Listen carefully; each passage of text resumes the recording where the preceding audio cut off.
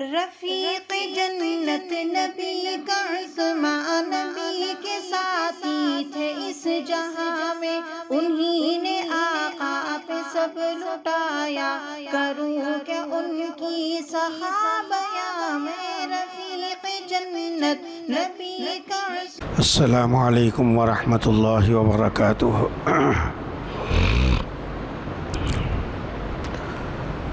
بسم اللہ الرحمن الرحیم۔ الحمد للہ رب العالمین، والصلاة والسلام علی سید الانبیاء والمرسلین، لا الہ الا اللہ الحلیم الکریم، سبحان اللہ رب العرش العظیم، الحمد للہ رب العالمین۔ قال اللہ تبارک و تعالی فی کلامہ المجید والفرقان الحمید، فاعوذ باللہ من الشیطان الرجیم، بسم اللہ الرحمن الرحیم۔ تراہم رکعا سجدا یبتغون فضلا من اللہ، وقال تعالی لقد رضی اللہ عن المؤمنین اذ یبایعونک تحت الشجرہ، وقال تعالی یا ایہا الذین آمنوا ان جاءکم فاسق بنبأ فتبینوا، وقال تعالی من قتل نفسا بغیر نفس او فساد فی الارض فکأنما قتل الناس جميعا،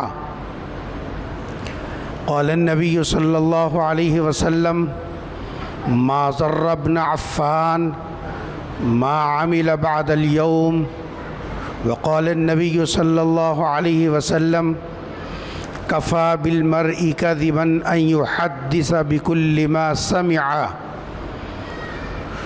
وقال النبی صلی اللہ علیہ وسلم سباب المسلم فسوق وقتاله کفر، او کما قال علیہ الصلاۃ والسلام۔ عزیزان گرامی، عید الاضحیٰ گزر کر آج 8 دن ہو گئے ہیں، اور ذی الحج کی آج 18 تاریخ ہے۔ ذی الحج کی 18 تاریخ اسلامی میں ایک ایسی منفرد تاریخ کے طور پر یاد رکھی جاتی ہے کہ جس دن داماد رسول خلیفہ ثالث حضرت عثمان غنی رضی اللہ تعالی عنہ کی مظلومانہ شہادت کا واقعہ پیش آیا۔ حضرت عثمان غنی رضی اللہ تعالی عنہ کے بارے میں ہم جانتے ہیں کہ اللہ کے رسول صلی اللہ علیہ وسلم کے دنیا سے پردہ فرمانے کے بعد جن نفوس قدسیہ کے کاندھوں پر امت مسلمہ کی ذمہ داری سونپی گئی ہے، ان میں پہلے نمبر پر حضرت ابو بکر صدیق رضی اللہ تعالی عنہ، جن کی ذمہ داری کا وقت رہا تقریباً 2 سال کچھ مہینے۔ اس کے بعد ذمہ داری آئی حضرت عمر بن خطاب رضی اللہ تعالی عنہ کے کاندھوں پر، جن کی ذمہ داری کا وقفہ رہا تقریباً 10 سال تک۔ اس کے بعد جس شخصیت کے کاندھوں پر امت مسلمہ کی ذمہ داری آئی وہ ہیں خلیفہ ثالث سیدنا عثمان بن عفان رضی اللہ تعالی عنہ، جو تاریخ میں ایک ایسی حیثیت رکھتے ہیں کہ ان کی ہجرت بھی منفرد اور بے مثالی، ان کی خلافت بھی بے مثالی، ان کے جو اخلاق ہیں وہ بھی بے مثال، ان کے جو کردار ہیں وہ بھی اعلیٰ درجے کے، اور ان کی جو شہادت ہے وہ بھی تاریخ کا ایک جو ہے حصہ ہے۔ حضرت عثمان غنی رضی اللہ تعالی عنہ کا جو شہادت کا واقعہ پیش آیا، حضور اکرم صلی اللہ علیہ وسلم کے ہجرت کے بعد تقریباً جو ہے 34 سال کے عرصے کے بعد میں 35ویں ہجری کے اندر یہ واقعہ پیش آیا۔ ہجرت کے 35 سال کے بعد، ہجرت کے 10 سال تو سرکار کے ہیں اور اس کے بعد 2 سال حضرت ابو بکر صدیق رضی اللہ تعالی عنہ کے، یہ 12 سال ہوئے، اور حضرت عمر فاروق رضی اللہ تعالی عنہ کی خلافت کے 10 سال، یہ 22 سال ہوئے۔ حضرت عثمان غنی رضی اللہ تعالی عنہ کل 12 سال خلافت کی۔ ان میں سے ابتدائی جو 6 سال تھے وہ بڑی عافیت سے، بڑے سکون سے، بڑے اطمینان سے، جس کے اندر ہر علاقے کا آدمی اطمینان کے ساتھ رہا۔ آپ کو معلوم ہے کہ ان کے جو ابتدائی 6 سال ہیں، 22 میں اگر 6 سال ملا دیے جائیں جو سکون کے گزرے تو وہ تقریباً 34 سال ہوتے ہیں، اور 35ویں سال سے حضرت عثمان غنی رضی اللہ تعالی عنہ کے اوپر حالات شروع ہوئے، تو ایسے حالات ہوئے جو تاریخ کا ایک ایسا حصہ ہے جس کو مٹایا نہیں جا سکتا۔ حضرت عثمان غنی رضی اللہ تعالی عنہ باوجود اپنے اندر فضائل رکھنے کے، حضرت عثمان غنی رضی اللہ تعالی عنہ کی دور خلافت میں حضرت عمر رضی اللہ تعالیٰ عنہ 22 لاکھ مربع میل تک، یعنی ایک آدھی دنیا کا حصہ، 22 لاکھ مربع میل تک حضرت عمر فاروق رضی اللہ تعالیٰ عنہ کے دور میں اسلام پھیلا۔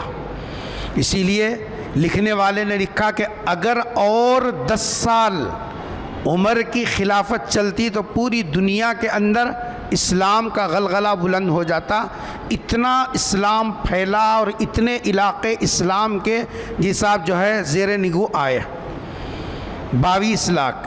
اور حضرت عثمان غنی رضی اللہ تعالی عنہ کے دور میں، حضرت عثمان غنی رضی اللہ تعالی عنہ کے دور میں اس کا دگنا 44 لاکھ مربع میل تک اسلام پھیلا۔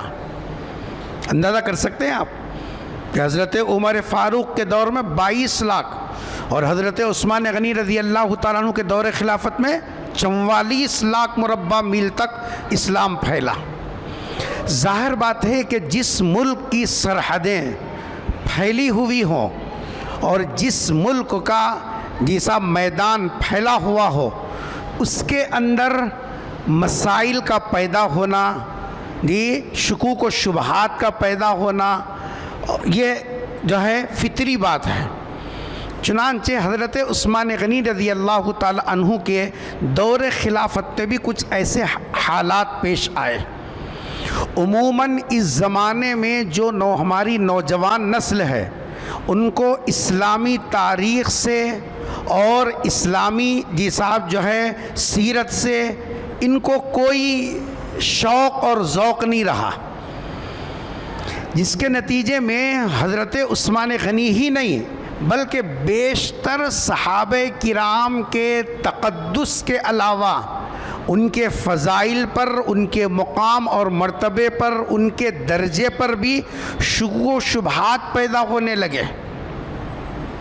چنانچہ حضرت عثمان غنی رضی اللہ تعالی عنہ کے شخصیت کے بارے میں بھی نئی نسل کے اندر اعلیٰ تعلیم کے بعد ایسے شکوک و شبہات پیدا ہوئے کہ جس کی وجہ سے وہ کچھ جی صاحب عجیب مخمصے کا شکار ہیں، اور وہ یہ سمجھ رہے ہیں کہ بھئی ہمارے سمجھ میں نہیں آ رہا، اور جب بات سمجھ میں نہیں آ رہی تو پھر نتیجے میں جی صاحب جو ہے ان کی شخصیت کے بارے میں، ان کے فضائل کے بارے میں، ان کے مقام و مرتبے کے بارے میں، بلکہ ان کی خدمات کے بارے میں بھی شرح صدر نہیں ہے، بس ایک رسم ہے، سن رہے ہیں، لیکن ان کی شخصیت سے متعلق دل کے اندر جو عظمت ہونی چاہیے وہ عظمت سے قلوب خالی ہے۔ وہ جو جن شبہات کا شکار ہیں، غور سے سنو میری بات، اس زمانے کی نوجوان نسل جو اعلیٰ عصری تعلیم سے منسلک ہے، ان کے ذہن و دماغ کے اندر جو خدشات یا جو شبہات اور جو سوالات ان کے ذہن میں اٹھ رہے ہیں، ان میں سے ایک دو میں آپ کے سامنے رکھوں تاکہ اندازہ ہو کہ ذہن کتنی تیزی کے ساتھ جی صاحب جو ہے ہمارے اسلامی شخصیات اور جی صاحب ہمارے جو ہے مذہبی افراد کے بارے میں ہمارا ذہن خراب ہو جاتا ہے۔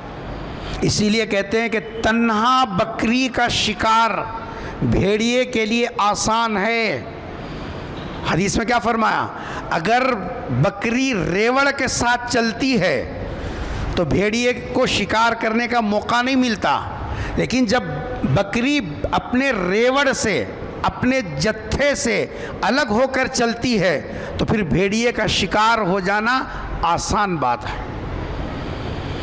آج ہماری نوجوان نسل کے اندر یہ مزاج انفرادیت کا، سیلف، ہماری لائف سیلف، ہم کسی کے ساتھ جڑ کے نہیں چلیں گے، کسی کی مانیں گے نہیں، کسی کے سنیں گے نہیں، ہمارے ذہن میں جو آ گیا بس وہ حرف آخر ہے، چاہے وہ غلط ہی کیوں نہ ہو،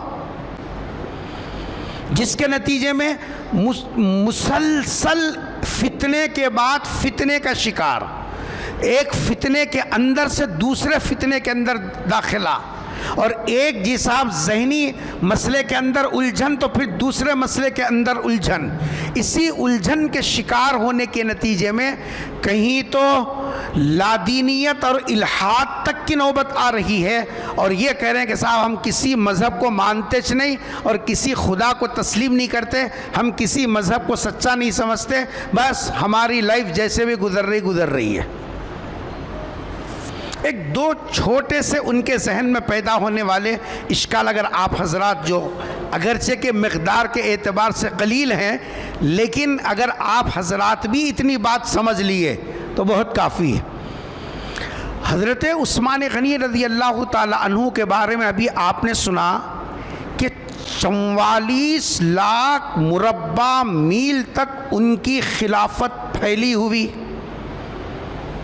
معمولی حکمراں ہے جی، گلی کا ایک کونسلر بنا تو اس کا رعب، اس کا داب، اس کے پیچھے کام کرنے والے، اس کے اشارے پر مر مٹنے والے یہ صاحب اس کے جی ہے حفاظت کے لیے کیا بولتے ہیں باؤنسر، ہاں کیسا کلچر چل رہا دیکھو یہ وہ سب خالی ایک معمولی گلی جو نالی صاف کرنے کی ذمہ داری ہے جی، اس کے لیے یہ سب مسائل ہیں۔ تصور کر سکتے 44 لاکھ مربع میل کا حکمراں ہو، اس کے پیچھے کی فوج کیسی، اس کا نظام حفاظت کیسا، اس کی جان کی حفاظت کے رکھوالے کیسے، اس کا نظام حکومت کا کنٹرول کیسا، کوئی معمولی بات ہے؟ حضرت عثمان غنی رضی اللہ تعالی عنہ کا 44 لاکھ مربع میل کا وقت کا ذمہ دار، تصور کرو، جبکہ آپ کی شجاعت، آپ کی ہجرت، آپ کی فضیلت، آپ کے اخلاق، آپ کے کردار سے سب مطمئن اور ہر اعتبار سے حضرت عثمان غنی رضی اللہ تعالی عنہ کی شخصیت بے داغ بے دھبا۔ آج تو جو جتنے دھبے رکھتا ہے اس کے لیے اتنے کرسیوں کا جی صاحب اضافہ ہے، بے داغ والوں کی کوئی حیثیت نہیں، داغ بناتے چلے جاؤ، داغ پہ داغ، تو آپ کو یہ صاحب ترقی پر ترقی ملتی جائے گی، جتنے داغ بڑھا لو اتنی ترقی آپ کے لیے طے ہے۔ حضرت عثمان غنی رضی اللہ تعالی عنہ کے بارے میں پہلا جو ذہن میں سوال پیدا کیا جا رہا ہے یا پیدا ہو رہا ہے ہماری نئی نسل کے دل و دماغ کے اندر، وہ یہ ہے کہ جب آپ کی خلافت مستند، آپ کے جی صاحب جو ہے حکومت میں 22 لاکھ سے 44 لاکھ مربع میل تک اضافہ اور ترقی جی، اور آپ کی سخاوت بے مثال، ہاتھ بند نہیں بلکہ ہاتھ کھلا ہی کھلا. حضور کے دور سے لے کر اپنی پوری دور خلافت تک حضرت عثمان غنی رضی اللہ تعالیٰ عنہ نے کبھی اپنے ہاتھ کی مٹھی کو بند نہیں کیا، بلکہ نام کے ساتھ ہی غنی لگ گیا، اتنے سخی ہوئے. یہ سب کچھ ہونے کے باوجود حضرت عثمان غنی رضی اللہ تعالی عنہ پر لوگوں نے حملہ کیوں کیا؟ سوال سمجھ میں آ رہا؟ 40 دن تک ان کا اغوا کر کے ان کا محاصرہ کیوں کیا؟ بھائی کنجوس ہے، نہیں اخلاقی اعتبار سے گرا ہوا ہے، سماج میں ان کی کوئی پوزیشن نہیں ہے، ایک دم تھرڈ ڈگری ہے، نہیں تو بول سکتے ہیں کہ بھئی عیاش قسم کا ہے اور فلاں ہے، اس کی وجہ سے لوگ جو ہے اس سے بزن ہو گئے. لیکن حضرت عثمان غنی رضی اللہ تعالیٰ عنہ کے خوف خدا کا حال، اللہ اکبر، قبر پر نظر پڑتی تو اتنا روتے کہ آپ کی داڑھی مبارک تر ہو جاتی. قرآن سے ایسا لگاؤ کہ جیسا تلاوت ایک ایک رات میں، ایک ایک رکعت میں، ایک ایک رات نہیں ایک ایک رکعت میں پورا قرآن پڑھ لینا آپ کی پہچان. یہ سب فضائل کے بعد سوال یہ پیدا ہوتا ہے کہ جیسا جب اتنا مقبول ترین آدمی تھا، جب ایسی مثالی شخصیت تھی اور ایسے اوصاف کے حامل فرد تھے، پھر ان کی حکومت پر، ان کی شخصیت پر حملہ کیوں ہوا؟ بات سمجھ میں آ رہی ہے؟ یہ ایسا سوال ہے، یہ ہماری پہلی صف میں نماز پڑھنے والوں کو پوچھئے جو امام کی حاضری لیتے رہتے ہیں اور ہر وقت غیبتیں کرتے رہتے ہیں. ذرا ان سے پوچھئے امام کی حاضری تو آپ نے خوب لی، لیکن ذرا بتائیے کہ حضرت عثمان غنی پر حملہ کیوں ہوا؟ تو بس جیب دبا کے باہر نکل جائیں گے، کہیں گے صاحب گتے دارہ ہیں ان سے پوچھ لینا. انہوں نے پیدائش سے لے کر موت تک ایک ہی ذمہ داری لی، بس امام کی حاضری لگاؤ، کمیٹی کی غلطیاں پکڑو، بس کام چلاتے رہو، اور اپنے سے بڑا دیندار کسی اور کو مت سمجھو. جنت اپنے لیے طے کر لو، سب کے لیے دوزخ کے فیصلے کرو. یہ ہے اس وقت میں جو پہلی صف کے نمازی ہیں ان کا حال ہے. یہ عام لوگوں کا تو الگ حال ہے. سوال ذہن میں ہے یا نکل گیا؟ حضرت عثمان غنی رضی اللہ تعالیٰ عنہ جیسی بے داغ، جیسا مثالی شخصیت، مثالی حکمرانی کرنے کے باوجود آپ کی شخصیت پر، آپ کی ذات پر حملہ کیوں ہوا؟ آپ کو شہید کیوں کیا گیا؟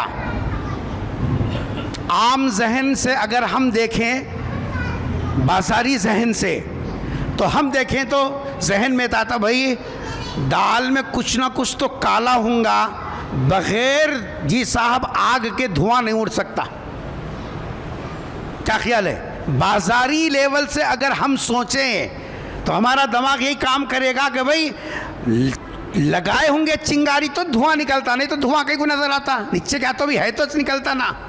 حضرت عثمان غنی رضی اللہ تعالیٰ عنہ کی شخصیت پر حملہ ہوا اتنا شدید کہ آپ کو مسجد میں جمعہ پڑھانے نہیں دیا گیا، آپ کو گھر سے باہر نکلنے نہیں دیا گیا، 40 دن تک آپ پر کھانا پانی بند کیا گیا، آپ کے گھر کا محاصرہ کیا گیا اور آپ کے اوپر حملہ کر کے تلاوت کی حالت میں آپ کو مارا گیا. اور پھر اس کے بعد شہید ہونے کے بعد بھی 3 دن تک آپ کو دفنانے کی اجازت نہیں دی گئی. جب آپ کا جنازہ رات میں اٹھا، اوپر سے پتھر برسائے گئے. یہ سب حالات ایسی شخصیت کے اوپر جو دوہرے داماد رسول ہیں، مسلمانوں کے جی صاحب ذمہ دار اور خلیفہ ہیں، جن کی حکمرانی میں اسلام 44 لاکھ مربع میل تک پہنچا، جن کی سخاوت بے مثال تھی. آخر ایسی شخصیت کے ساتھ ایسا سلوک کیوں کیا گیا؟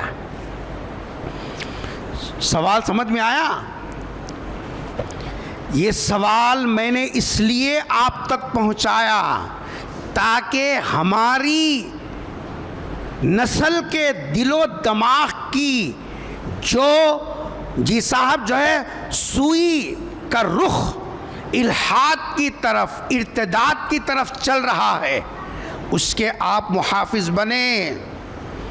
اپنے بچوں کو حضرات صحابہ کرام اور ان مقدس ہستیوں کے بارے میں جی صاحب آپ ذہن بنا سکیں کہ حضرات صحابہ کرام وہ نہیں ہیں جن کو بازاری ترازو میں تولا جائے.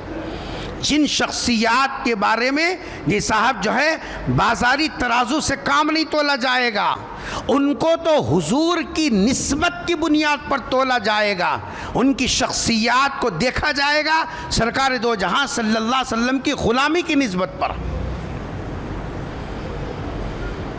اس سلسلے میں یہ بات ذہن میں رکھنا چاہیے کہ حضرت عثمان غنی اپنی اس انفرادی فضائل کے باوجود ان کی شخصیت پر جو حملہ ہوا اور آپ کو مظلومانہ انداز میں شہید کیا گیا، اس کی ایک وجہ یہ تھی کہ حضرت عثمان غنی رضی اللہ تعالی عنہ کے زمانے میں جو اسلام پھیلا ہے 22 لاکھ سے 44 میل تک پھیلا، 44 لاکھ مربع میل تک پھیلا. تو ظاہر بات ہے ان کے فیصلے ان کو سمجھ میں نہیں آ رہے، ان کی خواہشات کے مطابق یہاں سے فیصلے نہیں ہو رہے.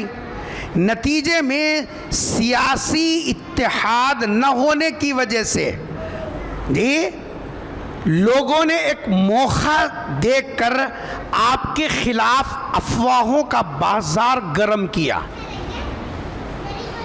کیونکہ ہم دور سے اندازہ کر کے فائنل شیپ میں پیش کرنے کے عادی ہیں.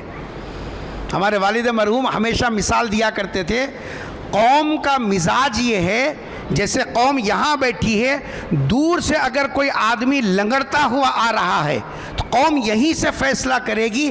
ایک کہے گا کہ جی صاحب اس کے گھٹنے کی ہڈی جی صاحب ٹوٹی ہوئی ہے، دوسرا کہے گا کہ نہیں اس کی جی صاحب جو ہے ٹخنے کی ہڈی میں زخم ہے. یہاں بیٹھ کر وہ لنگڑا کر آنے والے کے بارے میں گیس کرنا، اندازہ کرنا، خیال جی صاحب قائم کرنا، فیصلہ کر دیں. بس میں جو بولا نہیں گھٹنا ٹخنا، گھٹنا ٹخنا، یہاں بیٹھ کے اتنی دور سے. جب وہ قریب آیا اور اس سے پوچھا کہ بھئی آپ کے چلنے میں یہ جو لڑکھڑاہٹ ہے کیا ہے، تو وہ کہنے لگا اصل میں چپل کی پٹی ٹوٹ گئی، اس واسطے ذرا میں بولتے کیوں نہیں. یہ ہے قوم کا حال. یعنی اتنی دور سے ایسے مدلل اور ایسے مضبوط انداز میں بحث کریں گے، ایک دوسرے کو قتل کرنے کے لیے تیار ہو جائیں گے. میں جو بولا انہیں غلط، انہیں غلط، انہیں غلط، انہیں غلط. حضرت عثمان غنی رضی اللہ تعالی عنہ کے بارے میں بھی ایسے ہی باتیں لوگوں میں پھیلانا شروع کیا. سیاسی طور پر کیا پھیلایا؟ لوگوں میں یہ مشہور کر دیا کہ حضرت عثمان غنی رضی اللہ تعالیٰ عنہ اپنے خاندان کے لوگوں کو گورنر بنا رہے ہیں اور دوسروں کو بازو کر رہے ہیں. حالانکہ حضرت عثمان غنی رضی اللہ تعالیٰ عنہ کی گورنروں کی فہرست نکال کے دیکھے، کوئی بھی آپ کا رشتہ دار نہیں تھا، صرف 3 تھے. 3 میں سے بھی 2 وہ تھے جن کو مقرر کیا تھا حضرت عمر فاروق رضی اللہ تعالیٰ عنہ نے. آپ نے ان کو چھیڑا نہیں، تو اس میں آپ کی کیا غلطی ہے؟ جو طے فیصلہ ہوا تھا حضرت عمر فاروق کی طرف سے، آپ نے کیا کیا؟ ایک تھے گورنر، وہ ان کی قابلیت صاحب ان کی انتظامی صلاحیت اس درجہ تھی کہ جس علاقے میں یہ ایک شخصیت ہے ان کے مقابل میں کوئی دوسرا آدمی تھا نہیں. لیکن لوگوں کو آپ کے خلاف چلانا ہے. مہم چلی اور مہم میں لوگوں کے جذبات کو کیسے بھڑکایا؟ ایسے بھڑکایا کہ انہوں اپنے لوگوں کو بٹھا رہے ہیں، فلان جگہ بٹھائے نہیں، فلان جگہ ہے، فلان جگہ ہے. بس وہ 3 کو لے کر ہی ایسا چکری چلائی، لوگوں کے ذہن میں حضرت عثمان غنی کے رضی اللہ تعالیٰ کے خلاف محاذ تیار کرنا شروع کیا. اور دوسرا، آپ کو معلوم ہے قرآن کریم جو نازل ہوا قرآن جو نازل ہوا اس کو 7 الگ الگ طریقے سے پڑھ سکتے. قرآن جو اترا ہے 7 لغت میں اترا ہے قرآن. اب ایک لغت ان کو معلوم ہے، میرے کو نہیں معلوم، دوسری آپ کو معلوم ہے، میرے کو نہیں معلوم، تیسری آپ کو معلوم ہے، میرے کو نہیں معلوم. تو اب یہ جو مکہ مدینے سے ہٹ کر 44 لاکھ مربع میل تک جب اسلام پھیلا، ان کو جو لغت معلوم ہے وہ دوسرے گاؤں والوں کو نہیں معلوم، دوسرے علاقے والوں کو جو معلوم ہے تیسرے علاقوں والوں کو نہیں معلوم. جو جیسا سیکھے ویسے ہی صحیح سمجھ رہے. نتیجے میں آپس میں اختلافات ہونے لگے، کہنے کہ تو قرآن غلط پڑھتا، تو قرآن غلط پڑھتا. تو حضرت عثمان غنی رضی اللہ تعالیٰ عنہ نے تمام صحابہ کرام کو جمع کر کے ان سے مشاورت اور مشورے کے بعد میں ایک لغت قریش کے اوپر قرآن کریم کو تحریر کروایا اور کہا کہ آج کے بعد سے قرآن پڑھا جائے گا چاہے دنیا کے جس کونے میں پڑھو، بس یہ لغت قریش کے اوپر پڑھنا. دوسری لغتیں اگرچہ کہ صحیح ہیں لیکن اب اس کے پڑھنے کی اجازت نہیں ہے، اس لیے آپ کو جامع قرآن بھی کہتے ہیں.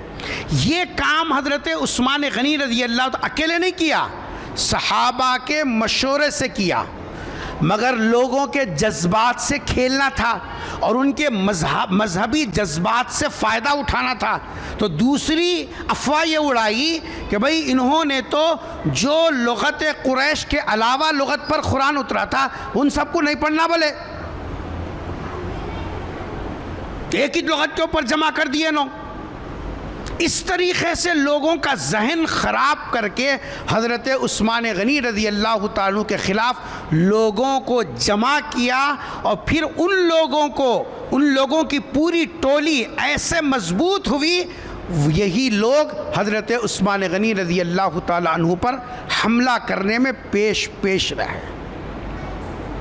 یہ وجہ بنی حضرت عثمان غنی رضی اللہ تعالیٰ عنہ کی اتنی فضیلت والی مقدس شخصیت رہنے کے باوجود دنیا میں جو فضیلت حضرت عثمان غنی کو حاصل ہے کسی اور کو حاصل نہیں ہے. اور وہ یہ ہے کسی نبی کی 2 بیٹیاں کسی شخصیت کے نکاح میں آئی ہیں جی صاحب، وہ تنہا حضرت عثمان غنی رضی اللہ تعالیٰ عنہ ہے جن کے نکاح میں سرکار کی ایک بیٹی آئی. ان کے انتقال کے بعد میں سرکار نے اپنی دوسری بیٹی سے بھی نکاح کر دیا، اور جب دوسری بیٹی کا بھی انتقال ہو گیا سرکار نے فرمایا اگر 40 اور میری بیٹیاں ہوتی میں ہر ایک کو ایک کے بعد عثمان کو دے دیتا. اتنا اعتماد تھا سرکار کو حضرت عثمان غنی رضی اللہ تعالیٰ عنہ پر. اور یہ 2 بیٹیاں جو نکاح میں پوری دنیا میں یہ شرف یہ اعزاز اگر کسی کو ہے نبی کی 2 بیٹیوں کو اپنے نکاح میں لینے کا، وہ حضرت عثمان غنی کو کسی کو حاصل نہیں ہے. لیکن جب آنکھ پر پٹی باندھ کر سنی سنائی باتوں کو لے کر چلے، نتیجہ کیا ہوا؟ حضرت عثمان غنی رضی اللہ تعالی عنہ کی شہادت کی شکل میں جی صاحب وہ نتیجہ باہر آیا، اور دنیا نے دیکھا کہ حضرت عثمان غنی رضی اللہ تعالی عنہ جن کے پیسوں سے مسجد نبوی کی توسیع ہوئی، اس مسجد کے اندر آپ کو نماز پڑھانے کی اجازت نہیں دی گئی، اور آپ کے گھر کے اندر آپ کو کھانا پانی سب کچھ بند کر دیا گیا. 2 دن کے لیے نہیں، 40 دن تک آپ کے گھر کا محاصرہ ہوا. جن ہمارے نوجوانوں کو جب یہ وجوہات بتاتے نہیں تو وہ تو یہ سمجھتے ہیں کہ بھائی جب شخصیت جی صاحب مسلم ہے حملہ کیوں ہوا، کچھ نہ کچھ تو دال میں کالا ہوں گا اس واسطے حملہ ہوا، بس یہی تک آ کر رک جاتے. اگر اسباب پر، عوامل پر، وجوہات پر اگر آدمی غور کرے گا، حضرت عثمان غنی اپنے تقدس اور اپنے فضائل کے باب میں بے غبار بے داغ ہیں. دنیا والوں کے لیے تو اور آپ اور ہمارے لیے تو یہ بول سکتے ہیں کہ ہو نہ ہو کچھ میں دال کالا ہوگا، لیکن حضرت عثمان غنی کے بارے میں بولنا ایمان کے دائرے سے اپنے آپ کو باہر نکالنا. ایک شبہ دوسرا شبہ اس سے بھی زیادہ مضبوط. سن رہے ہیں؟ سمجھ میں آ رہی بات؟ سمجھ میں آئی بھی تو میرا فرض ہے بتانا. آپ سمجھنے کی کوشش کریں گے تو سمجھ میں آئے گا، سمجھنے کی کوشش نہیں کریں گے فتنوں کے حوالے ہماری ناک کے سامنے ہماری اولاد ہوگی. اس سے بھی بڑا ذہن میں پیدا ہونے والا سوال، اور میں یہ سوال آپ سے بھی کر رہا ہوں، اور آج شاید آپ کی عمر اب ہو سکتا ہے کہ 30 ہو، 40 ہو، 55 ہو، آج تک آپ کے ذہن میں بھی یہ سوال پیدا نہیں ہوا ہوگا جو اس وقت میں آپ کے سامنے پیش کر رہا ہوں. لیکن یہ سوال اس وقت میں جو اعلیٰ تعلیم یافتہ نوجوان طبقہ ہے ان کے ذہنوں کو بار بار تھپیڑے دے رہا ہے، جس کی وجہ سے وہ حضرات صحابہ کرام کے تقدس اور آپ کی شخصیات کے بارے میں شرح صدر نہ ہونے کا رونا رو رہے ہیں. کیا ہے وہ دوسرا شبہ جو اعلیٰ عصری تعلیم کے پڑھنے والوں کے ذہنوں میں بیٹھا، وہ یہ ہے حضرت عثمان غنی کے افواہوں کی وجہ سے آپ کے خلاف محاذ بنا. کتنے دن تک محاصرہ رہا؟ ارے بولو، ابھی میں بتایا نا، 40 دن تک. مسجد میں خطبہ دینے کے لیے ممبر پر چڑھے، آپ کے ہاتھ میں سے عصا چھین لیا گیا. مسجد میں بیٹھے ہوئے لوگ اپنے ساتھ پتھر لائے تھے، وہ پتھر آپ کے اوپر برسائے گئے.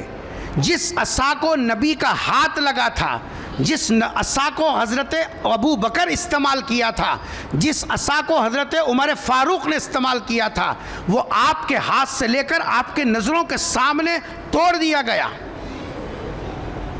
بدتمیزی ہے نہیں ہے، بے ادبی ہے نہیں ہے. کہاں ہو رہا یہ؟ ہاں ابھی بتاؤں گا. مسجد نبوی کے اندر ہو رہا ہے یہ حاجیوں کو پوچھو، مسجد نبوی میں روضہ رسول صلی اللہ علیہ وسلم کے پاس جانے اور ریاض الجنہ میں نماز پڑھنے کے لیے کیسی محنت کرنا، کیسی جد و جہد کرنا پڑتا. کبھی کبھی تو آدمی پسینہ پسینہ ہو جاتا ریاض الجنہ میں جگہ پانے کے لیے، کیونکہ حضور نے فرمایا میرے روضے اور ممبر کے درمیان میں جو حصہ ہے وہ ریاض الجنہ ہے، جنت کی کیاری ہے، اس میں گویا نماز پڑھنا جنت میں نماز پڑھنے کے برابر ہے. ایسی جگہ یہ سب حالات ہو رہے ہیں. سوال یہ ہے، جب ایسی عظیم شخصیت 44 لاکھ مربع میل کا حکمراں، جن کی ثقافت بے مثال، جن کے فضائل انمٹ، حضور کے دوہرے داماد، ہر مسلمان کے دل کی دھڑکن حضرت عثمان غنی کے اوپر جب یہ حالات پیش آئے، دوسرے صحابہ کیا کر رہے تھے؟ سوال سمجھ میں آ رہا؟ یہ وہ سوال ہے جو آپ کو سونے نہیں دے گا، یہ وہ سوال ہے جو آپ کو چین سے بیٹھنے نہیں دے گا. اگر کوئی پکڑ کے تم سے سوال کرے تو تمہاری بتی سی باہر نکل جاتی، بنجن کچی ہو جاتی. امام کی حاضری لینا، ان کے اوپر بھپتیاں کسنا، ان کی غیبتیں کرنا، یہ سب آسان ہے. اسلامی تاریخ سے واقفیت اور اسلام پر پیدا ہونے والے اعتراضات اور اسلام پر کیچڑ اچھالنے والے لوگوں کی زبانوں کا جواب دینا یہ مشکل ہے. یہ علماء کرتے ہیں جو رات اور دن بازار میں بیٹھتے تو تم سے زیادہ کماتے، لیکن ان کی راتیں، ان کا دن، ان کی صبح، ان کی شام، ان کی جوانی، ان کے اوقات، یہ سب کے سب اللہ اور اس کے رسول، دین اور شریعت اور اس کی باریکیوں کو سمجھنے اور جو ہے امت مسلمہ کے ملت کے نوجوانوں کے ایمان کی حفاظت کے لیے کیا کچھ کر سکتے ہیں، کس راستے سے صاحب ابلیس ان کے ایمان کو خرید سکتا ہے، وہ سب کو دیکھ کر اس کا حل نکال کر رکھتے ہیں. یہ اتنا آسان نہیں ہے. شاہ غوث کی بریانی کھا لینا کمال نہیں ہے. امام کے سامنے غیبت، نماز پڑھ کے دروازے کے سامنے جا کے غیبت کرنا کمال نہیں ہے. ایک اس سوال کا جواب دو، دیکھو پھر پتہ چلتا کہ پہلی صف میں کھڑے ہو کر جو معتبری کر رہے ہیں اپنے آپ کو جنتی سمجھنے کا، جیسا جو دماغ میں خناس بھرا ہوا ہے وہ سب پتہ چل جائے گا کہ کتنے پانی میں تیر رہے ہیں آپ۔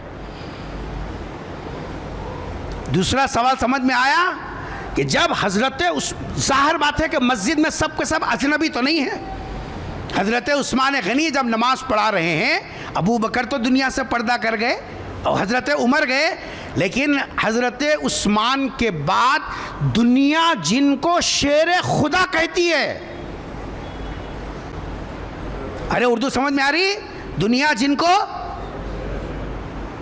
شیر خدا کہتی ہے، یعنی حضرت علی رضی اللہ تعالیٰ عنہ وہ بھی تو ہیں جن کی طاقت اور شجاعت کا حال یہ تھا، خیبر کا وہ دروازہ جو 50 پہلوان مل کر دروازہ کھولتے تھے، اکیلے جی صاحب وہ دروازے کو اکھاڑ کے جی صاحب رکھ دیا۔ یہ وہ پہلوان ہے، کوئی بزدل اور کمزور نہیں ہے ہم جیسا۔ سوال یہ ہے عثمان رضی اللہ تعالیٰ کے ہاتھ سے عصا چھینا گیا، یہ دوسرے صحابہ کیا کر رہے تھے؟ عصا توڑا گیا، صحابہ کیا کر رہے تھے؟ پتھر مارے گئے، کیا کر رہے تھے؟ 40 دن تک آپ کے گھر کا محاصرہ ہوا، کیا کر رہے تھے؟ دانا پانی بند کر دیا گیا، کیا کر رہے تھے؟ یہ وہ سوال ہے، اگر کوئی غیر ہم سے پوچھے تو بولیں گے نہیں میں امام کی حاضری لیتا ہوں، بقیہ کام دوسروں کے کام پہ چھوڑ دیا، وہ لوگ کر لیتے رہتے، ہم صرف غیبتیں کر رہے ہیں حاضریاں لینے کے واسطے، یہ کام کسی اور کا ہے۔ آپ اپنے آپ سے پوچھئے، آپ کی عمر 35 سال، آپ کی عمر 40 سال، آپ کی عمر 50 سال، آپ کے اولاد 20 سال کے، آپ کی اولاد جی صاحب اولاد ہو گئی، کبھی ذہن میں یہ سوال آیا؟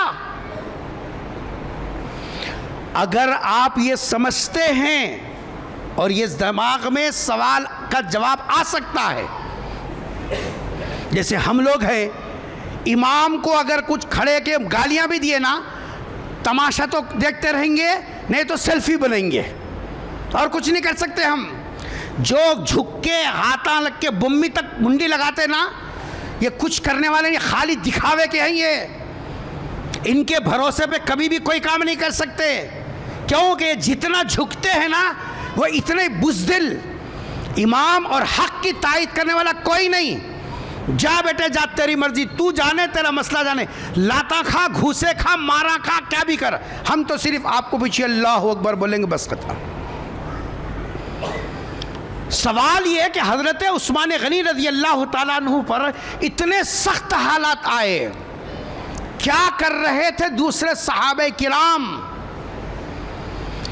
ہم جیسی ذہنیت کے لوگ ہوتے تو جواب بالکل ہوتا، وہ جانے ان کا مسئلہ جانے، اپنے کو کئی کو بھائی کس کے معاملے میں کئی کو دخل دینا، انہوں ذمہ دار ہیں، مارا کھا رہے ہیں تو کھانے دو، نہیں ایک نماز میں نہیں ملے تو دوسرے نماز میں کون تو بھی ملتی، ان کو آگے بڑھا کے نماز پڑھ لے سکتے، ختم۔ اپنے کو کس کے پیچھے پڑھ رہے ہیں، متقی ہے نہیں ہے کیا، وہ سب کچھ بھی نہیں ہے، بس ڈھکلنے کو پڑھ لینے کے واسطے بس ختم، کافی ہمارے، یہ ہمارا مزاج ہے۔ لیکن اس لیکن کے بعد جو جواب ہے وہ جواب سننا پڑے گا آپ کو، ورنہ آپ کا ایمان بھی ڈاواڈول ہو جائے گا۔ اگر یہ ذہن میں اس سوال کا جواب نہیں سمجھا تو پھر آپ بھی مخمسے میں پڑ جائیں گے اور رات میں نیند نہیں آئے گی۔ ہمارے سلیم بھائی یہاں بیٹھے ہوئے ہیں، 2 جمعہ پہلے جمعہ میں گفتگو ہوئی، تو اس گفتگو کے بعد گھر جا کر پھر فون کیا اور کہا کہ مول صاحب آپ نے یہ بات بتائی لیکن میرے سمجھ میں نہیں آئی، میں اس کی پھر وضاحت چاہتا ہوں۔ پھر میں نے ان کی وضاحت کی، پھر اس کے بعد جا کر وہ مطمئن ہوئے۔ معلوم یہ ہوا کہ ہماری ذمہ داری ہے مضمون سمجھنا، سمجھ میں نہ آئے سمجھتے رہنا۔ قرآن نے کہا فَاسْأَلُوا أَهْلَ الذِّكْرِ إِن كُنتُمْ لَا تَعْلَمُونَ، اگر تم جانتے نہیں ہو تو جاننے والوں سے پوچھ لو کیا ہے حل اس کا۔ دوسرا اعتراض سمجھ میں آیا، جب حضرت عثمان غنی رضی اللہ تعالیٰ عنہ جیسی مقدس بافضیلت شخصیت کے ساتھ ان شر پسندوں اور فسادیوں نے مسجد سے لے کر گھر تک اتنا سب کچھ کیا، دوسرے صحابہ کیا کر رہے تھے، کیوں ان کا ساتھ نہیں دیا؟ ایسا تو نہیں ہے کہ یہ صحابہ بزدل تھے نعوذ باللہ، ایسے تو نہیں ہے کہ یہ صحابہ کرام چھوڑ دیں، تمہارا مسئلہ تم جانیں، کیونکہ حضور نے فرمایا جو دوسروں کے مصیبت میں ہاتھ تھامتا ہے، جو دوسروں کی مصیبت کو دور کرنے کی فکر کرتا ہے، اللہ تبارک و تعالی حشر میں اس کی مصیبت کو دور کرنے کے لیے اسباب کو پیدا فرماتے ہیں۔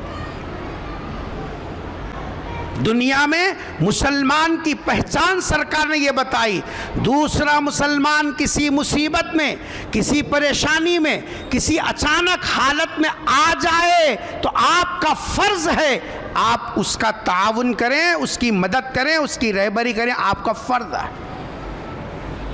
یہاں حضرت عثمان غنی کے ساتھ اس درجہ بدتمیزی، اس درجہ بے ادبی، اس درجہ جی صاحب جو ہے آپ کے ساتھ زیادتی، جی دوسرے صحابہ کیا کر رہے تھے؟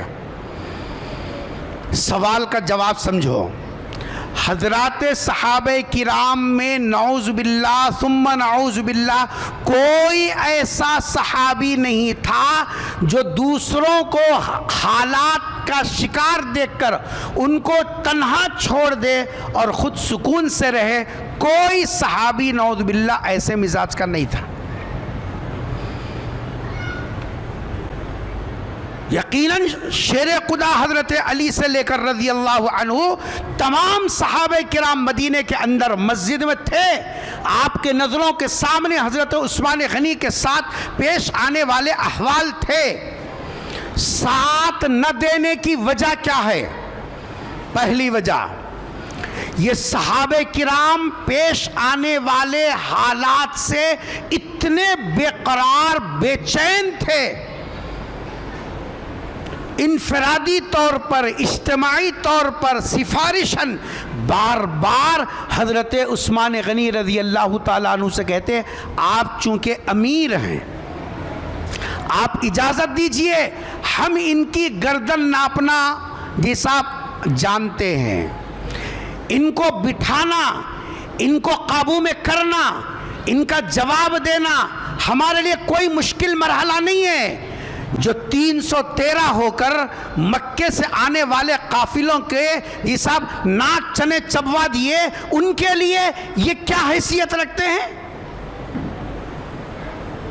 لیکن جب بھی صحابہ کرام حضرت عثمان غنی رضی اللہ تعالیٰ عنہ سے اجازت مانگی، حضرت عثمان غنی رضی اللہ تعالیٰ عنہ نے کہا کہ نہیں، جواب دینے کی آپ کو اجازت نہیں ہے، وہ جو کرنا چاہتے ہیں کر گزرنے دیجئے، اگر میری جان بھی جاتی ہے میں اپنی جان پیش کرنے کے لیے تیار ہوں، لیکن آپ کو جواب دینے کی اجازت نہیں ہے۔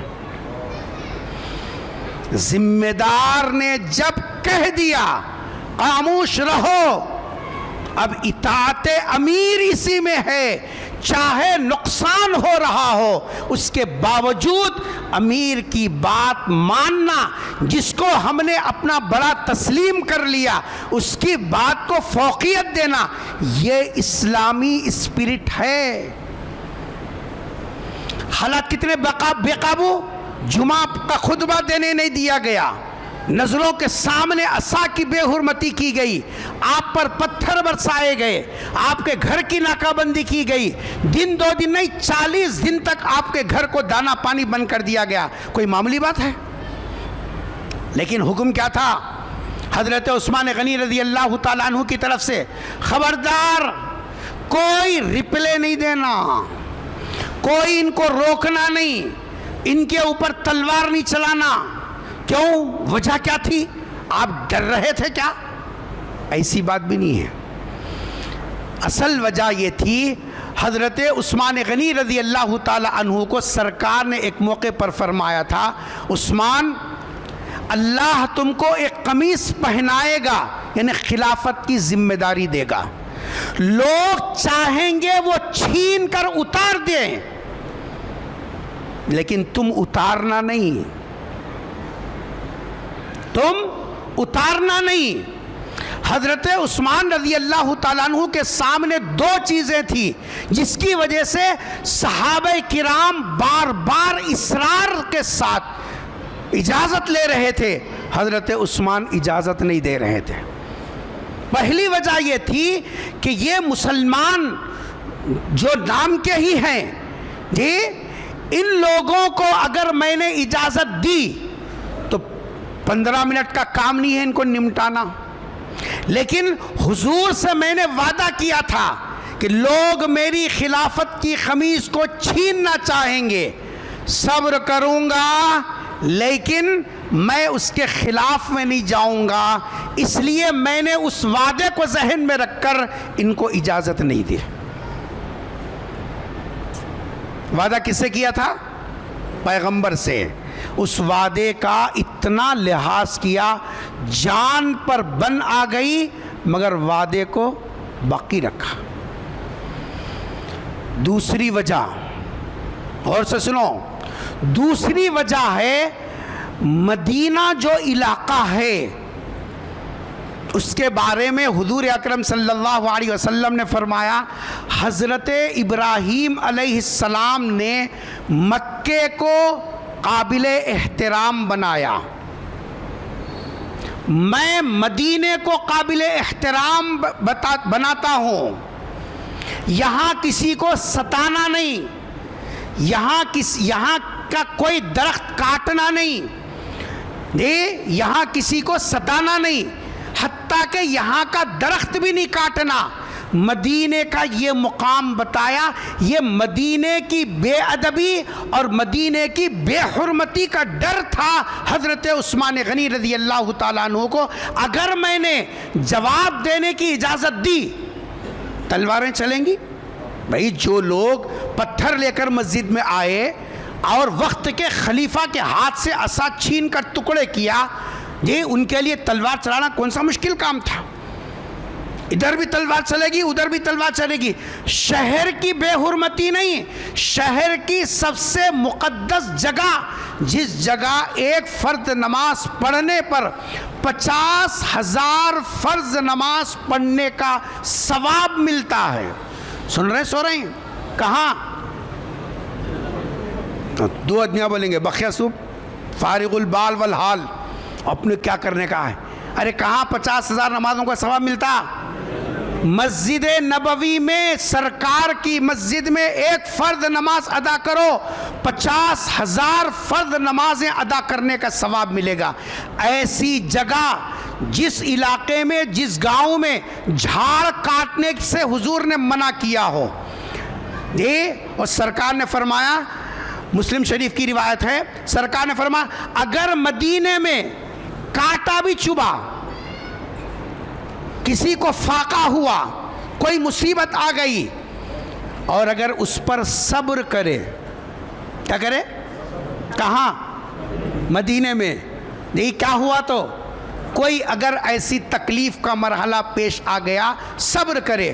قربان جائیے، 1.25 لاکھ پیغمبروں کے سردار سرکار دو جہاں صلی اللہ علیہ وسلم نے فرمایا، میں قیامت کے دن اس تکلیف پر صبر کرنے والوں کا یہ صاحب شفیع بن کے کھڑا ہوں گا، اس کی سفارش میں کروں گا۔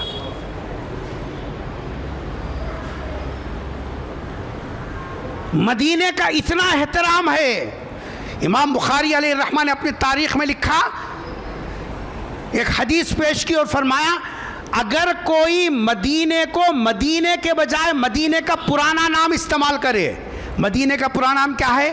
پرانا نام، یا صرف جا کے بیگم کو پوچھو، ہاں سمسار چل رہا مگر کی بیگم کے اندر سرکار کے شہر کی محبت ہم اندر نہیں ڈالے، زیور چپے چندیاں 24 گھنٹے بکے، بس اس کی محبت ہے، نہ ان کے دل میں سرکار کے ناموں کی طلب، نہ ان کے اندر سرکار کے شہر کی طلب، نہ ان کے اندر سرکار کی نسبتوں کی، کچھ نہیں، بس جب 24 گھنٹے مالا جپ رہے ہیں، بس کپڑے چندیاں کہاں مل رہے ہیں، کیا ہے کیا نہیں، بس یہی ہے، بس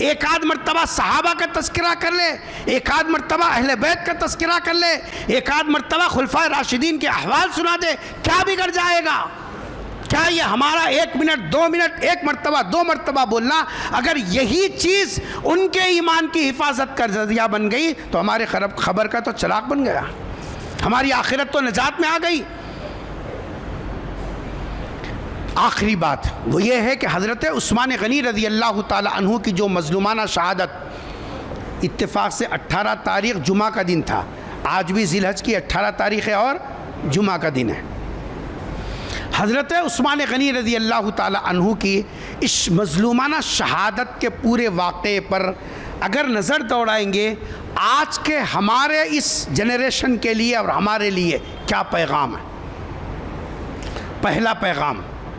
پہلا پیغام یہ ہے کہ حضرت عثمان غنی پر حملہ جو ہوا، باوجود آپ کے فضائل کے، اس کا جواب میں نے دیا، افواہوں نے میدان بنایا اور پھر یہ افواہیں حضرت عثمان پر حملہ کرنے کا یہ سب مضبوط جو ہے موقع فراہم کیا۔ اس لیے پہلا پیغام وہ یہ ہے کہ ہم سنی سنائی باتیں، جس کو کہتے ہیں افواہ، یہ عربی لفظ ہے، افواہ فوہن سے، فو کے معنی منہ سے نکلی ہوئی ہر بات سچی نہیں ہوتی، سنی سنائی باتیں قابل اعتماد نہیں ہوتی۔ قرآن نے کیا کہا؟ یا ایھا الذین آمنوا، اے ایمان والو، ان جاءکم فاسق بنبأ، اگر تمہارے پاس اطلاع دینے والا کوئی آدمی آ کر کسی خبر کو بتائے، کوئی واقعے کو سنائے، تو تم کیا کرو؟ آنکھ بند کر کے اس کے اوپر یقین مت کرو، فتبینوا، پہلے تحقیق کر لو، جو بات مجھ تک پہنچائی گئی کیا وہ 100% صحیح ہے یا نہیں ہے؟ کیونکہ آپ کا برین واش کرنے کے لیے کوئی بھی آپ کے دماغ میں کچھ بھی ڈال سکتا ہے، آپ کے مائنڈ کو ڈیوائڈ کرنے کے لیے، آپ کی سوچ کو منتشر کرنے کے لیے، آپ کی فکروں کو غلط کرنے کے لیے کوئی بھی آدمی کچھ بھی بول سکتا ہے۔ سنی سنائی باتوں پر اعتماد نہیں کرنا، افواہوں کے اندر بدگمانیوں کے راستے پیدا ہوتے ہیں، یہی بدگمانیاں سب کے لیے فساد کا جڑ بن جاتے ہیں۔ نبی نے کیا فرمایا؟ آدمی کے جھوٹا ہونے کے لیے بس اتنی بات کافی ہے، کفا بالمرء کذبا، آدمی کے جھوٹا ہونے کے لیے اتنا کافی ہے، قرآن اٹھانے کی ضرورت نہیں ہے، میرے ہسٹری دیکھ لو بولنے کی ضرورت نہیں ہے۔ نبی نے فرمایا بس ایک عادت اگر کسی کے اندر ہے سمجھ جاؤ جھوٹا ہے، اور نبی ہی یہ فیصلہ کر سکتے ہیں، دنیا میں کوئی دوسرا اتنی بڑی بات نہیں بول سکتا۔ سرکار نے فرمایا ان یحدث بکل ما سمع، جو کچھ اس سنے لوگوں کو ایسا سنائے جیسے کہ یقین پکا یہ ہے۔ ہر سنی سنائی بات دوسروں تک پہنچا دینا یہ آدمی کے جھوٹا ہونے کے لیے کافی ہے۔ غور کر لو، تجارت کے معاملے میں، عبادات کے معاملے میں، معاشرت کے معاملے میں غیر ضروری باتیں سنی سنائی ہم سن کر دوسروں تک پہنچاتے رہتے ہیں۔ تو جی صاحب چنگاری پو چنگاری، چنگاری پو چنگاری، چنگاری پو چنگاری، لاوا بن کے جب پھوٹتا ہے خود بھی جلتے ہیں، دوسروں بھی جلتے ہیں، پھر اس کے بعد بولتے ہیں ایسا نہیں کرنا تھا، میرے کو نہیں معلوم تھا۔ تو آپ کی فراست کہاں گئی؟ ایمانی فراست گئی کہاں کر؟ اس لیے پہلا سبق، افواہیں بعض اوقات ایسا بھیانک حادثہ اور سانحے کا سبب بنتے ہیں اگر ہم نے قرآنی ہدایات کو سامنے نہیں رکھا۔ سنی سنائی باتوں پر کبھی فیصلے نہیں کرنا۔ قرآن نے کہا ان تصیبوا قوما بجہالۃ فتصبحوا علی ما فعلتم نادمین، سنی سنائی باتوں پر اگر تم یقین اور بھروسہ کر لو گے تو ہو سکتا ہے بعد میں تم کو پچھتانا پڑے۔ ایک سبق۔ دوسرا سبق حضرت عثمان غنی رضی اللہ تعالیٰ عنہ کی شہادت سے معلوم ہوا، مدینہ منورہ کی حرمت کا پاس و لحاظ حضرت عثمان غنی رضی اللہ تعالیٰ عنہ نے جس درجہ کیا قیامت تک کوئی مثال پیش نہیں کر سکتا۔ آج حج کے سفر سے، عمرے کے سفر سے جو لوگ مدینہ منورہ جا رہے ہیں کیا کچھ کل چھلے اڑا رہے ہیں، کیا دنیا کے جی صاحب طلب لے کر جا رہے ہیں، کیسے کیسے اس شہر کی عظمت اور تقدس کو دل میں رکھنے کے بجائے بس دنیا حاصل کرنے اور جی صاحب جو وقت گزاری کرنے کے جو ہے اندر اپنے آپ کو لگا کر آ رہے ہیں۔ اسی لیے ایک مرتبہ جانے کے بعد دوسری مرتبہ جانے کی طلب بھی پیدا نہیں ہو رہی۔ فرمایا بزرگوں نے پہلا حج مقبول ہوا، اس کی دلیل یہ ہے آنے کے بعد دوسری مرتبہ جانے کی بے چینی رہنا، یہ پہلے کے مقبول ہونے کی علامت ہے۔ ہم تو ایک مرتبہ کر کے گنگا میں ڈوب کے نکل کے ختم، پیڑا چلے گی بولے، ہمیشہ کے واسطے پیڑا ختم ہو گیا۔ جب ہم پیڑا سمجھ رہی تو پھر کس طریقے سے بلاوا آئے گا؟ خالی نعتیں پڑھنے سے نہیں آتا، بلا لو مدینہ، بلا لو مدینہ، خالی بولتے رہو بلا لو مدینہ، ادب نہیں، احترام نہیں، کچھ نہیں، کیا نہیں۔ دوسرا سبق وہ ہے مدینے کا احترام۔ تیسرا سبق اور آخری سبق وہ یہ ہے، حضرت عثمان غنی رضی اللہ تعالی عنہ حالات اتنے گھمبیر ہوئے چونکہ آپ ذمہ دار تھے۔ آپ کیا تھے؟ ذمہ دار تھے، 44 لاکھ مربع میل کے ذمہ دار تھے۔ یہ ذمہ داری جن کے کاندھوں پر ہوتی ہے، حالات آئے تو صبر کرنا اور ایثار سے کام لینا، لیکن حالات میں پھٹ جانا، بسٹ ہو جانا، بے قابو ہو جانا، اس سے ذمہ داری ادا نہیں ہوتی۔ بسا اوقات ذمہ داری کا جی صاحب جو ہے اس کے ذمہ داری کی قیمت ادا کرنی پڑتی ہے۔ حضرت عثمان غنی نے رضی اللہ تعالیٰ عنہ اپنی ذمہ داری کی قیمت اپنی جان کا نذرانہ پیش کر کے دنیا والوں کے سامنے بتایا، ذمہ داری اس کو بولتے ہیں۔ اب ذرا خاندان، ایک معمولی خاندان کا جائزہ لیجئے، باپ ذمہ دار ہے، شوہر ذمہ دار ہے، بڑا بھائی ذمہ دار ہے، ذمہ دار کیا کر رہے ہیں؟ نئے سو انگار لگا کے تسبیح لے کے سبحان اللہ الحمدللہ ولا الہ الا اللہ واللہ اکبر، بھائیاں گلے پکڑ لے رہی، میرے کیا معلوم، کیا تو بھی کر لیں دے، پوٹے لڑلے کو، کیا تو کوٹا کو تو بھی جان دے، پی ایس کو تو بھی جان دے، کیا کرنا مول صاحب؟ ذمہ داری یہ نہیں ہے۔ ابھی عنوان پہ بہت لمبا مضمون چلے گا۔ ذمہ داری یہ نہیں ہے، ذمہ داری یہ ہے اگر ہماری وجہ سے، ہماری ذمہ داری کی وجہ سے جی صاحب اگر حالات ایسے بن رہے ہیں جس میں رشتے ناطے ٹوٹ رہے ہیں، خاندان بکھر رہے ہیں، ایثار کا تقاضا یہ ہے تم ہٹ جاؤ، خاندان کو بکھرنے سے بچاؤ۔ پچھلے زمانے میں رشتہ داریاں مضبوط تھیں، خاندانی سلسلے تعلقات مضبوط تھے۔ یہ زمانے میں رشتہ داریاں صرف نبھائی جا رہے ہیں، بتائے جا رہے ہیں۔ اگلے آنے والا دور کوئی بھی کسی کے رشتہ دار کو پہچاننے والا بھی نہیں رہے گا۔ پرانے زمانے میں بلا کو 8 دن 10 دن پہلے رکھ لیتے تھے۔ شادی ہے بولے تو 15 دن پہلے سے آنا، وہ جھوپڑی صحیح، وہ گرسی صحیح، وہ ٹین صحیح، وہ بارش صحیح، وہ مٹی صحیح۔ لیکن اب گھر سے سیدھا فنکشن ہال سے سیدھا گھر کو، تم نکو تمہارا مکھڑا نکو، تمہارا تھوپڑا کون دیکھیں گا، تمہارے گھر میں آ کو نکر جی صاحب دیکھیں گا کہ کسی تو بھی کرا لو، کیا تو کرا لو، آئیں گے ہاں ماشاءاللہ سبحان اللہ بولیں گے، گلے دھبا دھب مار لیں گے، کھانا کھا کے نکل جا رہے ختم۔ رشتہ داری اتنی ہے، اب گیا وہ سب پرانے زمانے میں بچوں کو سنانے کے واسطے رہے گا، کچھ بھی نہیں رہا۔ اور یہ آنے والا جو دور ہے اس میں تو رشتہ داریاں خالی سننے کو رہیں گے، دیکھنے کو کہیں بھی نہیں رہیں گے۔ ذمہ داری یہ ہے، خاندان ٹوٹ رہا ہے، افراد بکھر رہے ہیں، حضرت عثمان غنی کا ایثار، خود ہٹ جاؤ نہیں صاحب لیکن خاندان کو بکھرنے نہ دو، خود ہٹ جاؤ، خاندان کو جوڑ کے رکھو، غلطی نہیں ہے، غلطی تسلیم کر لو مگر بکھرنے مت دو، کیونکہ آج بکھر گئے کل ان کا وجود ختم ہو جائے گا، کوئی ان کو جانتے پہچانتے نہیں۔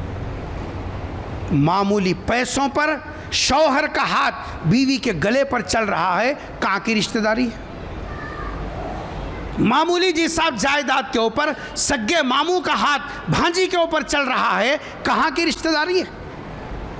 1.5 فٹ داڑھی رکھ لینا کمال نہیں ہے، 10,000 کی تسبیح گھمانا کمال نہیں ہے، کمال یہ ہے میرے اور آپ کے آقا تاجدار مدینہ حضرت محمد مصطفیٰ سب کہہ دو صلی اللہ علیہ وسلم نے جو طریقے زندگی پیش کیا اس پر چلنا یہ اصل کمال ہے، اس کی حفاظت کرنا یہ اصل کمال ہے۔